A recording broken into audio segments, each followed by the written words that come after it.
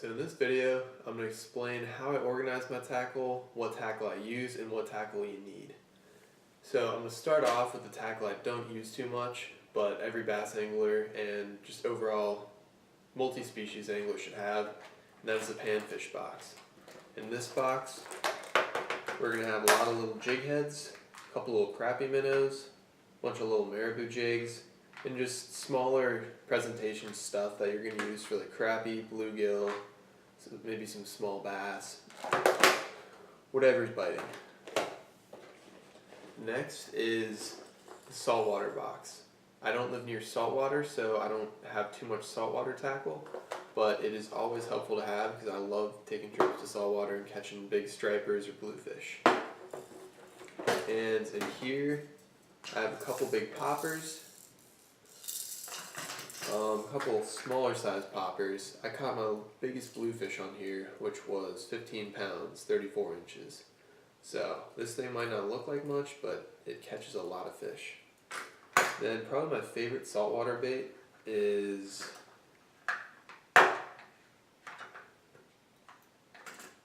the bucktail with a grub trailer. Either all white or gray and white.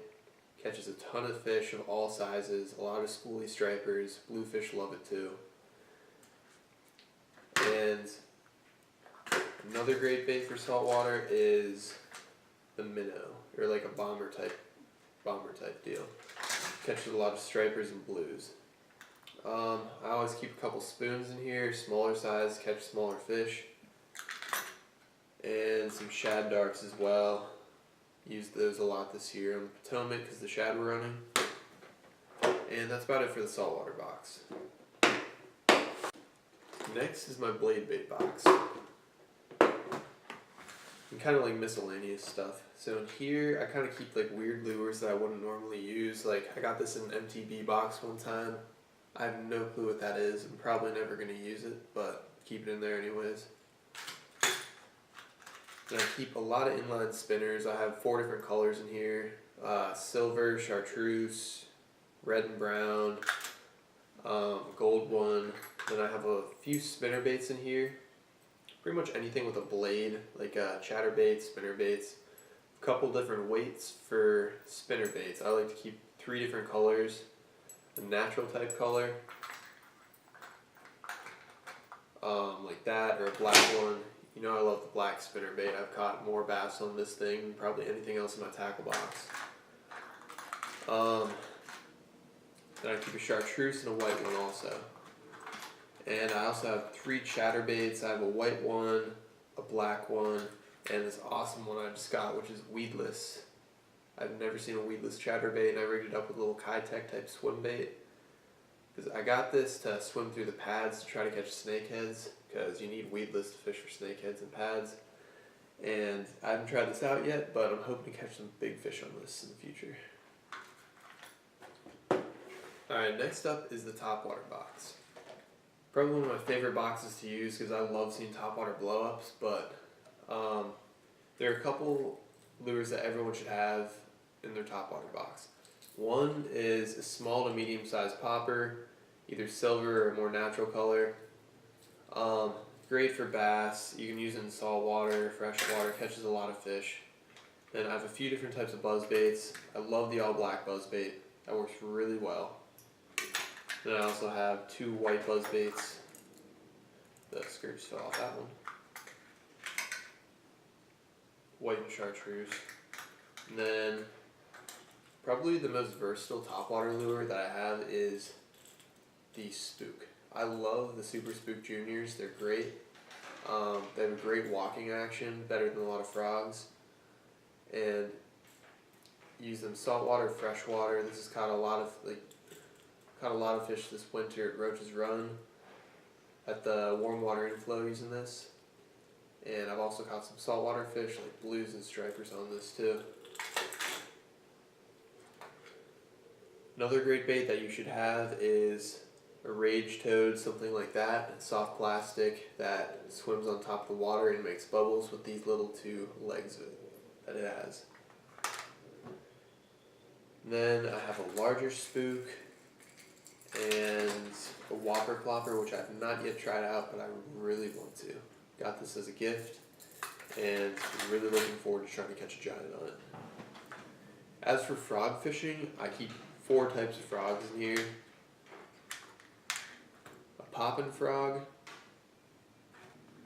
a darker colored frog, a natural colored frog, and a booyah pad crasher. This is just my favorite type of frog. It's really great, has a nice hollow body, really easy to get a hook set in.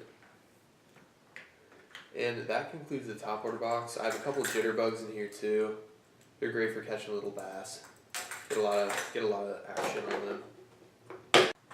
Next is the cranking box. This is pretty much any hard bait with a lip or that wiggles side to side. And in here I keep a few deep divers. I usually like using cranks that have more natural colors just because I feel like those work better. Granted, on some larger lakes in like dirtier water or something, you could use a few different colors and it would probably work better.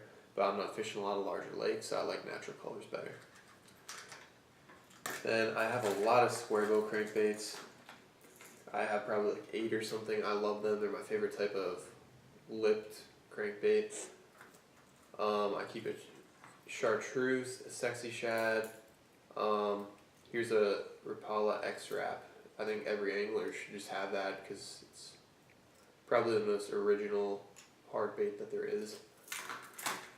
And then I keep a couple rattle traps in there. A few silver buddies. Those are great for catching bass. And I have one really deep diving crankbait and one jointed crankbait that I've never used this. It looks like it's for muskie or something, but I got it a really long time ago.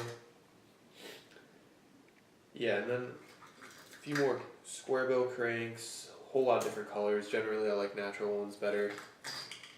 I just like them better because they work. Caught my 2 trophy bass on square bill crankbaits. They were both over 8 pounds, so that says something about how they work compared to others. I don't know, but. And then I keep 2 lipless cranks, again, more natural bluegill colored, and ripping these through grass during the winter time generally works really well.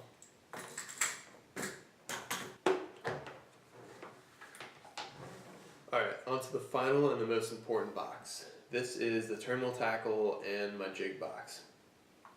So in here I keep all my jigs, so I keep swim jigs. I have a lot of those because I've been using those a lot for snakeheads recently. So I think I have 3 or 4 of those. This one has rattlers on it. Then I keep normal like football head jigs in here too. I have a few of those. But I like to keep more black and blue jigs. So I'm throwing a jig, it's probably going to be dirty water around cover. And so this is another darker colored one, this purple. I always put a craw trailer on them. For swim jigs, I don't use craw trailers. I love using twin-tailed grub trailers. I feel like they get a lot of action and they still kind of look like a crawfish but could be mistaken for a bluegill. So kind of the best of both worlds. Then I always keep a bunch of soft plastics rigged up in here. Like here's a tube. I keep a bunch of curl-tail worms, little jig heads rigged up with worms on in here, just in case I want to throw those on really quickly. And then the rest of the box, I have jig heads, all my worm hooks. I generally like 5/0 wide gap hooks. I feel like those are the perfect size for a lot of worms. If you go too small, then I feel like they don't take the hook, but if you go too big, then it's too noticeable. Then I have a few swim bait hooks. They're weighted. This is generally a good size. This is 6/0. You can go 5/0 or 4/0 too, depending on the size of the swim bait. And I have a couple drop shot weights in here, some jig heads, some flipping hooks. Generally, I think the most important hooks that you need in here are your worm hooks because you can rig those up on any soft plastic. And then I also keep a lot of my catfishing stuff in here. So usually 2-ounce sinkers or 1-ounce sinkers are the way to go. I usually go 2-ounce in faster moving areas like chain bridge. And then I use 5/0 octopus hooks. Octopus circle hooks, and I usually use Gamakatsu. I've never had a problem with them breaking or anything. They're really quality hooks. And for bullet weights, I usually I explained this in one of my previous videos about Texas rigging, but I use a lot of bullet weights, and I loop the line around them, and I usually use 1/8 ounce. I feel like that's kind of the best of both worlds. You don't want to get too light, but it's not too heavy either. It just bumps right along the bottom.